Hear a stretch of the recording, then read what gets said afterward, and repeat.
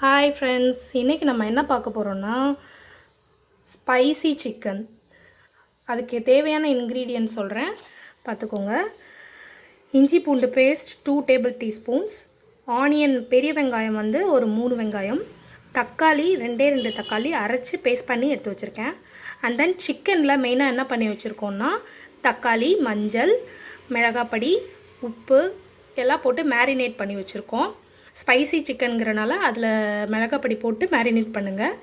And then பட்டை, கிராம்பு, மிளகாப்பொடி 1 டேபிள் ஸ்பூன், மல்லிப்பொடி, கரம் மசாலா எல்லாமே ஒவ்வொரு டேபிள் டீஸ்பூன். ஸோ இப்போ எப்படி செய்கிறதுன்னு பார்க்கலாமா? ஃபர்ஸ்ட் ஆயில் ஊற்றியிருக்கோம். எண்ணெய் காஞ்சோடனே பட்டை, லவங்கம், சோம்பு, சீரகம் எல்லாம் போடுறோம். இப்படி படப்படன்னு சவுண்டு கேட்கும்.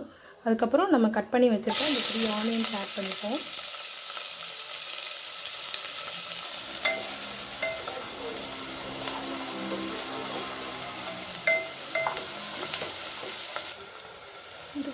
ஸோ நெக்ஸ்ட்டு வந்து நம்ம இஞ்சி பூண்டு ஆட் பண்ணுறோம். 2 டேபிள் டீஸ்பூன்ஸ் இஞ்சி பூண்டு.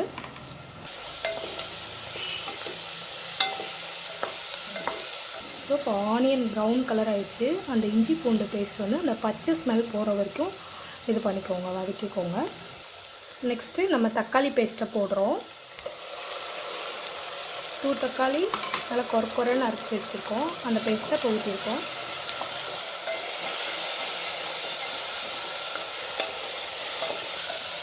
இப்போ தக்காளி பேஸ்ட் இதுவாக இருக்குது. இப்போ நெக்ஸ்ட்டு வந்து சிக்கன் ஆட் பண்ண போகிறோம். சிக்கன் ஆல்ரெடி வந்து மிளகாப்பொடியில் மேரினேட் பண்ணி வச்சுருக்கனால எடுத்து போடுறோம். ஸோ இப்போ சிக்கன் போடுறோம். நாங்கள் 1/2 kg சிக்கன் போடுறோம்.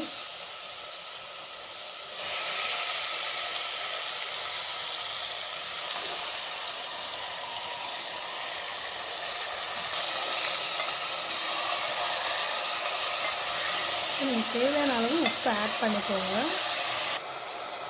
ஸோ இப்போ ஆல்ரெடி வந்து இந்த சிக்கனை போட்டு பரட்டியிருக்கோம். ஒரு 10 மினிட்ஸ் லிட்டு போட்டு மூடி வச்சுருங்க. அதுக்கப்புறம் நம்ம மசால் பொடி ஆட் பண்ணுவோம். ஓகேவா? மூடியாச்சு. ஸோ இப்போ 10 மினிட்ஸ்க்கு அப்புறம் ஓப்பன் பண்ணுறோம். இப்படி இருக்குதுன்னு பார்த்தீங்களா? ஸோ இப்போ என்ன பண்ண போகிறோம்னா இந்த மசாலா பொடியில் ஆட் பண்ண போகிறோம். 2 டேபிள் டீஸ்பூன் மிளகாப்பொடி, 2 டேபிள் டீஸ்பூன் மல்லிப்பொடி, 2 டேபிள் டீஸ்பூன் கரம் மசாலா. இது 3ஐயும் ஆட் பண்ணுறோம். ஸ்பைசி சிக்கனுங்கிறனால காரம் அதிகமாக தான் இருக்கணும். உங்களுக்கு தேவையான அளவு வேணுன்னா மிளகாப்பொடி இன்னும் வேணும்னு ஆட் பண்ணிக்கோங்க. ஏன்னா ஆல்ரெடி நாங்கள் மேரினேட் பண்ணும்போது மிளகாப்பொடி போட்டு தான் மேரினேட் பண்ணியிருக்கோம். இப்போயும் இதில் எக்ஸஸாக தான் போட்டிருக்கோம். ஸோ இந்த ஸ்டேஜில் சிக்கன் வேகிறதுக்காக ஒரு 1/2 டம்ளர் தண்ணி மட்டும் ஆட் பண்ணுறோம். உங்களுக்கு வேணுங்கிற உப்பு சேர்த்து க்ளோஸ் பண்ணி வச்சுக்கோங்க.